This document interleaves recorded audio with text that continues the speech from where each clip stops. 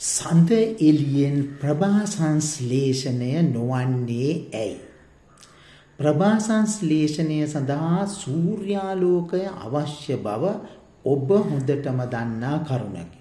සඳ එළියද සූර්යාලෝකය සඳ මතට වැටි එහිදී පරාවර්තනය වීමෙන් පෘථුවිය කරා ළඟාවන බවද ඔබ හොඳටම දන්නා කරුණකි.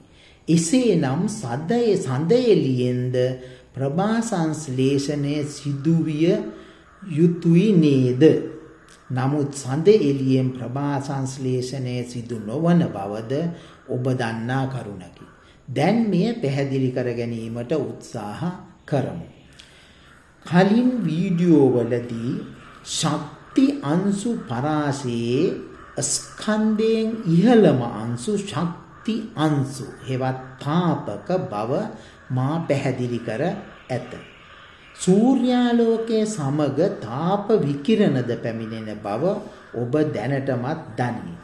තාපකවල ස්කන්ධය ආලෝක අංශුවල ස්කන්ධයට වඩා ඉහළ මට්ටමක ඇති බැවින් තාප විකිරණවලට ගමන් කළ හැකි දුර ආලෝකයට සාපේක්ෂව ඉතා පහළ මට්ටමක පවතී. තවද තාප විකිරණවල ඇති තාපක පදාර්ථයක් මත පතිත වූ විට එම පදාර්ථය මගින් තාපක අවශෝෂණය කර ගැනීම ආලෝකයට වඩා ඉතාමත් ඉහළ මට්ටමක පවතී. එයට හේතු වන්නේ තාපකවල ස්කන්ධයේ ඇති ඉහළ බවයි. ඒ අනුව සඳ මත පතිත වන තාප විකිරණවල ඇති තාපක සියල්ලම පාහේ සඳ මගින් උදාසීන කරනු ලබයි. නමුත් ආලෝකයෙන් සැලකිය යුතු ප්‍රමාණයක් සඳ මගින් පරාවර්තනයට ලක් කරයි. මෙම කරුණු සැලකිල්ලට ගත් විට සඳ එළිය සමග තාපක හෙවත් තාප විකිරණ ගමන් නොකරන බව ඔබට පැහැදිලිය. සඳ එළිය සෞම්‍ය වන්නේ එනිසා බව දැන් ඔබට පැහැදිලිය. තාප විකිරණවල මෙම හැසිරීම තේරුම් ගැනීමට පහසු අවස්ථාවක් සලකා බලමු.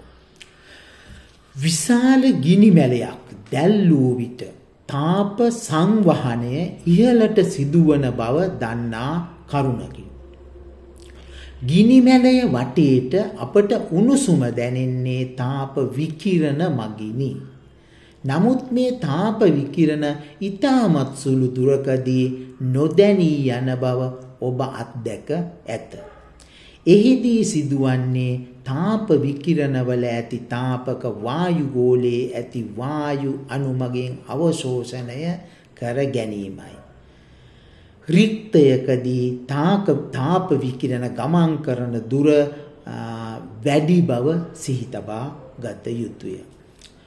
ප්‍රභා සංශ්ලේෂණය සඳහා ආලෝකය අවශ්‍ය බව විද්‍යාවේදී පැහැදිලි කළද ආලෝකය පමණක් ප්‍රභා සංශ්ලේෂණය සඳහා ප්‍රමාණවත් නොවේ. ඒ සඳහා තාප විකිරණ එනම් තාපකද අත්‍යවශ්‍ය වේ. සඳ එළියෙහි තාපක නොපවතින බැවින් සඳ එළියට ප්‍රභා සංශ්ලේෂණය සඳහා දායක විය නොහැකි බව දැන් ඔබට හොඳටම පැහැදිලිය. ආලෝකය පිළිබඳ පැහැදිලි කිරීමත් සමග නැවත හමුවීමට බලාපොරොත්තු වේ. ඔබ සැමට යහපතක්ම වේවා.